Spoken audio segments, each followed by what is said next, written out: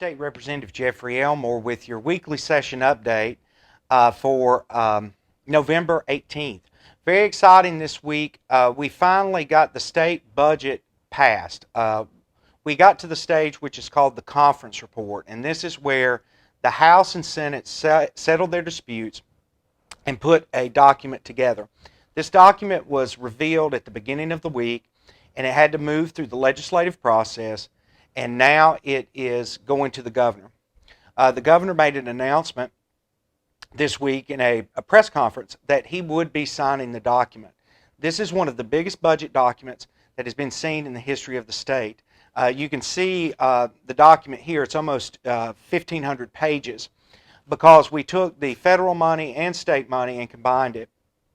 I cannot go over every detail of this budget in this update, but I'm going to give you some highlights that affect District 94, also some of the salary pieces, because that is the big part that is different than the Senate version and the House version and how it all came together.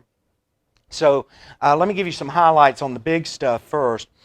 You're going to see that the rainy day fund, this is our savings reserve, is going to be funded at $4.25 billion. This is in case of floods, natural disasters, just basically the state savings account. This is the highest level it's ever been. Also, this tax package, or revenue package in it, is the largest tax cuts in the history of the state. You're going to see a reduction of personal income tax rate from 5.25 to 3.99. We also increased the standard deduction in this bill, so the working poor will be able to deduct more. It helps everybody raising that standard deduction. Also, it phases out the corporate tax over a time period, and that total phase out will happen by 2030. So very exciting about that. Now, what we're doing for our employees. All state employees will be receiving over the biennium a 5% increase, 2.5 each year of the biennium. And this is also paid retro, meaning the fiscal year started in July. So once this is signed, back pay would be paid for those months that have missed because we have taken so long with it.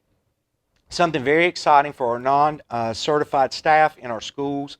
These are your custodians, bus drivers. We are implementing a phase-in of $15 per hour. Year one of this biennium, the minimum amount that they would make is $13 an hour. Year two of the biennium is $15 an hour. That's an exciting piece in the budget. Also, with our folks that work through COVID, we are doing bonuses. Everybody will receive a $1,000 COVID bonus, and then if you are under $75,000, you will receive $500 on top of that.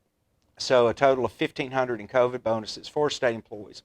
For our teachers, there's a little bit more bonus there because we're using testing money that we normally pay for bonuses for testing and rolling it into it. So most of our teachers will be receiving a $2,800 COVID bonus for their time working during COVID.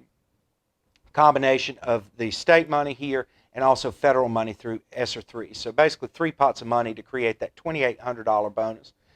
Other state employees, $1,500 with them dealing with COVID. So those are the big pieces there. Some highlights, you're going to see over $6 billion in state capital and infrastructure in this budget. Over $1 billion for the UNC system capital projects, $400 million for the community colleges.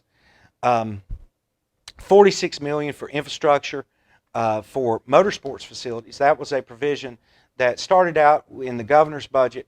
I worked it through the House. It wasn't in the Senate, helping our motorsports industry across North Carolina. And I'll give you some more details about the North Wilkesboro Speedway in a second. Something else we worked on, $24 million for Arts Council grassroots funding from multiple pots. So lots and lots of money. Another big piece, $1 billion for broadband expansion to where we can try to get high-speed internet across North Carolina. Transformative budget, something I've never seen before. Now, some specifics for District 94, because that's what people really want to know. How does it affect your community directly? Not just from the employees, but direct projects. In the budget, you're going to see $1 million for the industrial park in Alexander County, $3.6 million for the water and sewer fund to help with the expansion into the Bethlehem community, $630,000 for improvements at Alexander Central for tennis and track, repair and renovations, $1.2 million for the town of Taylorsville for 2 water and sewer projects that they have going. $250,000 to the town of Taylorsville for a transportation grant that they can use those funds to help with their transportation needs with the town roads. $500,000 for the town of North Wilkesboro for the water tower that's at the industrial park. $400K for the town of Wilkesboro for the Woodfield Bridge repair. That's the matching monies to help get that bridge fixed and built. $350,000 for the town of Wilkesboro's community bathrooms there at the Commons area so they can move from porta potties.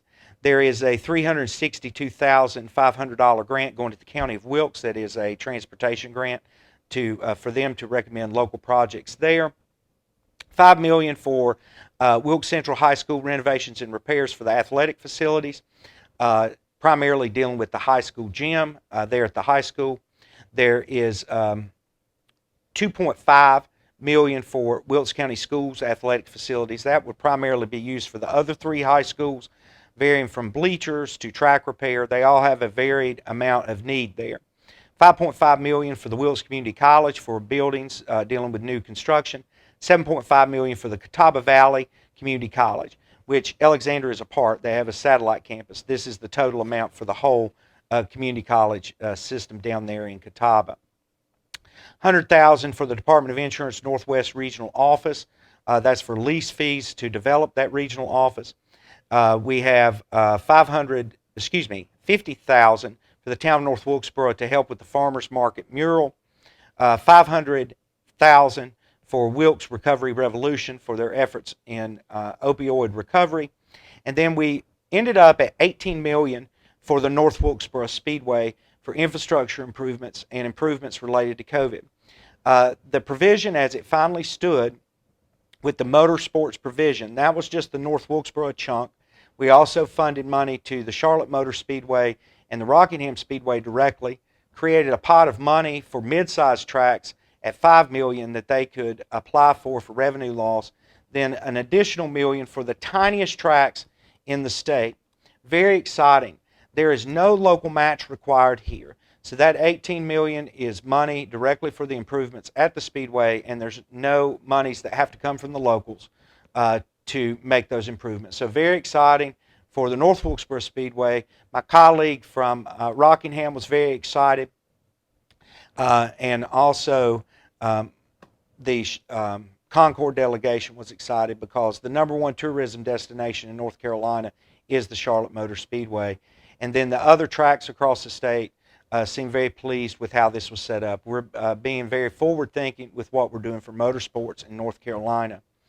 Also, there's $3 million there to develop the new Rendezvous Mountain State Park, and then $100,000 for our Blue Ridge Opportunity Commission, which has worked for years helping the needy in our region of the state.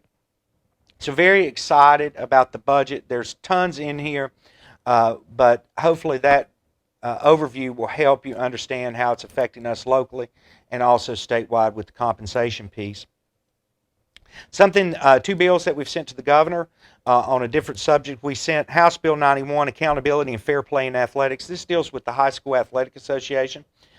This was negotiated out with the High School Athletic Association, also the Senate and the House, and they both feel like that it landed, all entities involved feel like it landed in a good spot. That's now sent to the governor to see if he will sign it. And then we've dealt with several election law issues today in the chamber. Some of the bills are moving to the Senate that we passed today, but one that is moving to the governor is called the Election Day Integrity Act. And basically what this does is it says that if you mail in an absentee ballot, it must be to the Board of Elections by Election Day. That anything received after that is not counted. So that is the major crux of that bill.